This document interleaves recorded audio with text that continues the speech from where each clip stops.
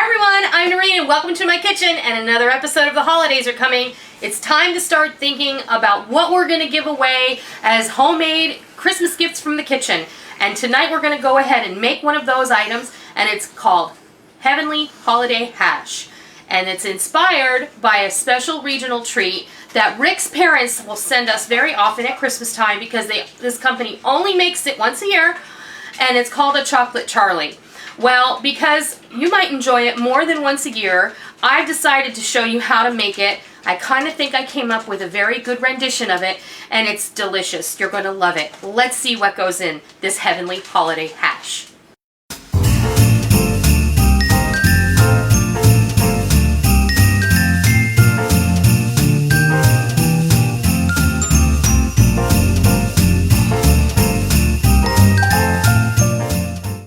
Start by going over the ingredients, and then we're going to go ahead and start making the Heavenly Holiday Hash.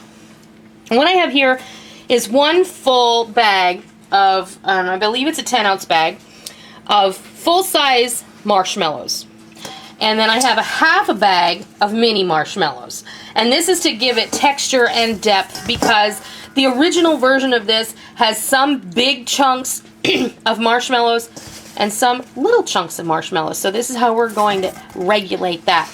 The next thing that goes in here is 1.5 pounds or 24 ounces of roasted peanuts, and it must be roasted. These are dry roasted. You can just have plain roasted peanuts. They don't have to be dry roasted.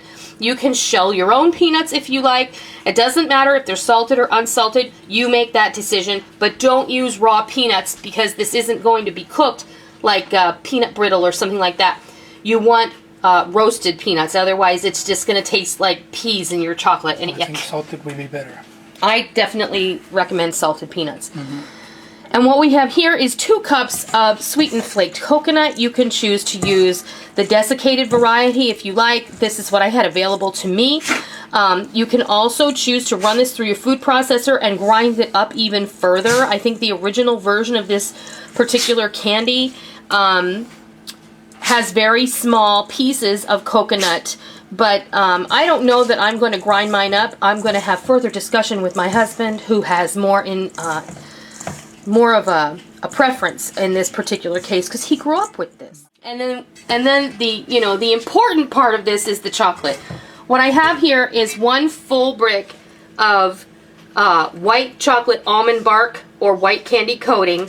I have a 12-ounce bag of semi-sweet chocolate chips and a 12-ounce bag of 60% cacao bittersweet chocolate chips. These are both Ghirardelli. This is whatever you can get your hands on. I think there's 2 or 3 different varieties in the grocery store, but it's just the white almond bark. And that's what goes into this. It's pretty simple. And we're going to start by making this in our crock pot. We're actually going to melt and temper this chocolate in our crock pot. And we're going to start that in just a moment. I'm going to clear all this away, and then we're going to move on to that. This couldn't be any easier. You're going to take this chocolate, you're going to put it in the crock pot. Now, my crock pot has been on for a little while we were talking, so it's already heated up a little. I'm going to pop this, plug it in, turn it on low. I'm going to put the lid on it, and I'm not going to look at it for 1 whole hour. And after an hour, we're going to come back, and I'm going to show you what happens next. Okay, we've been about an hour. Now, my daughter looked in here and she said, that white chocolate is not melting. Well, watch. Okay. Because we need to keep this in here for another 15 minutes. And then we're going to come back and we're going to stir it. Okay, our chocolate has been kept warm for another 15 minutes and I'm stirring it. And now we're going to go ahead and we're going to add the peanuts and the coconut, and you can see that I did grind this. It is very, very finely ground coconut.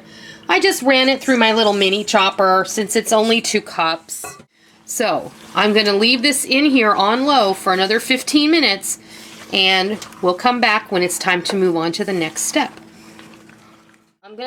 I have some little loaf pans here, and I'm going to put a layer. Not a very thick layer. And we're going to build our base. Being thinner than that. Well, then we're going to go ahead and put some marshmallows in here. And again, this is all subjective. You put what you like. If you want more marshmallows, then you should put more marshmallows. And then you're going to put more chocolate on top of that. And give it a spread around here. And I'm going to give it a whack.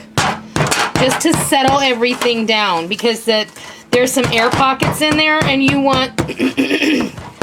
If this was being made in a factory, it would be on a conveyor belt and it would get vibrated. But you can see, as I'm tapping down, you can see the marshmallows coming through. So you're going to want to make sure that you do that. I'm going to move to a smaller spoon. You should call them mini. Yeah, I'm going to do mini marshmallows exclusively in these.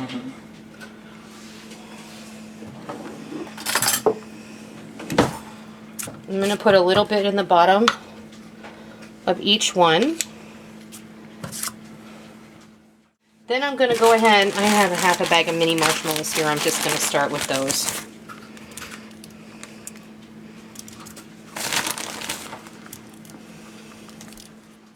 Okay. And then we're just going to follow this up with more chocolate on the top. And we're going to be generous with this chocolate. Alright. There we go. I'm going to tamp this down one more time. Gently. Yeah, gently, because I did actually pop one over because I got a little exuberant. Okay. You're going to want these to sit, okay, until they are completely set. When these are ready to show you, I will be back and I'll let you see what they look like. Okay, we are ready to unveil our homemade Heavenly Holiday Hash. But I want to show you what these look like. I'm going to get this one. These no longer have to be refrigerated. And in total, these individual versions took about an hour to set up. And these large loaves took about 3 hours to set up. Now, I'm going to show you what these look like first. And I'm just going to pop them out here. And I'm going to peel the paper off, and then you'll be able to see what it looks like. Look at that. Then you're just going to take your ginormous Christmas knife, and you're going to cut it up. Look at that. Look at it. It's beautiful. Now, these, all you do, loosen the sides like that, and look at that. When you give this to your neighbor, Gotta feed a family of 50. no kidding. Now, this, if you cut it thick enough and wiggle your knife, you're going to get a whole slice. You can give slices of this. You can't have any. Yeah, no, you can't. You know, like how they sell slices of fudge in the really good fudge stores, like when you go down the shore or to Busch Gardens? I'm sorry, but it's difficult for me to slice this because I'm right-handed and you're on the left.